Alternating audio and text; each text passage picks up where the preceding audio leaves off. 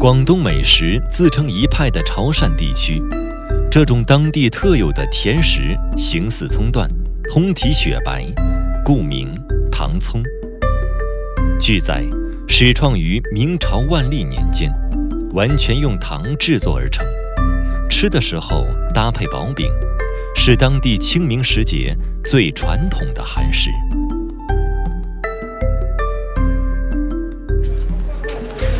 揭阳普宁市，陈少卿家做糖葱已至第5代。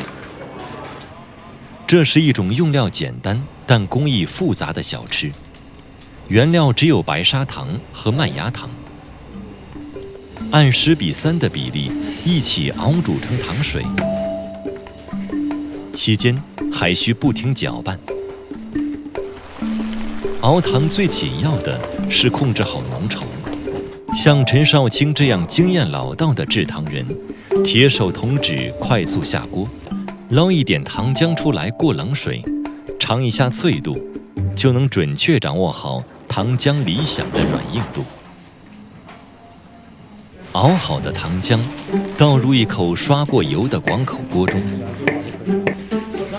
然后放入冷水盆中降温。这个过程需要通过旋转锅体产生的离心力，将糖浆甩开的方式来散热。再将散开的糖浆推拢，像这样不停地转锅、翻糖，直至糖浆凝结成为糖块。通过捶打、翻动排挤出糖块中的空气。等待糖浆完全固化，稍稍冷却，即可进入下一道工序——摔糖。摔糖不是摔，而是扯。最传统的做法就是像这样挂在木桩上，借助木棒反复推送、抽拉。棕黄色的糖浆会逐渐变为乳白色。不借助木桩的操作，则有点像拉面的手法。通过对折扯开，反复多次，就可以扯出漂亮的糖糕。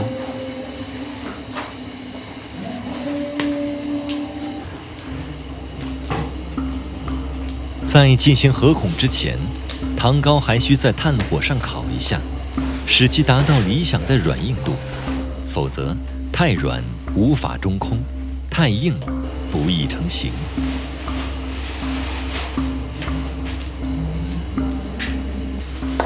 合孔就是让空气进入，形成自然的中空。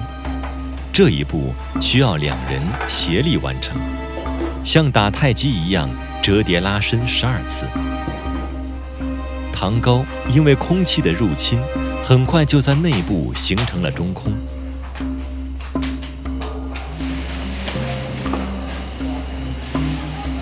最后一把要拉伸至8、9米长。摘除头尾，均分成2米长的糖葱条，同时用扇子使其降温，加速成型。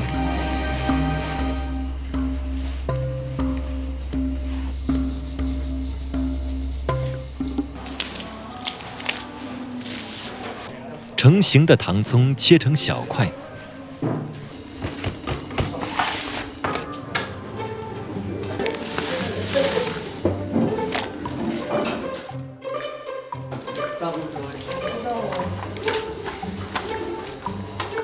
上下16个大孔，每个大孔周围又有16个小孔，总共272孔，不多不少，这才是一块完美的糖葱。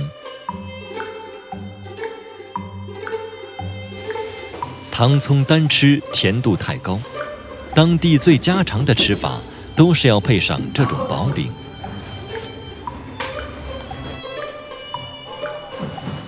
3张胶碟，撒些芝麻，和3块糖葱一起包裹起来。这就是潮汕人清明习俗中最传统的糖葱薄饼。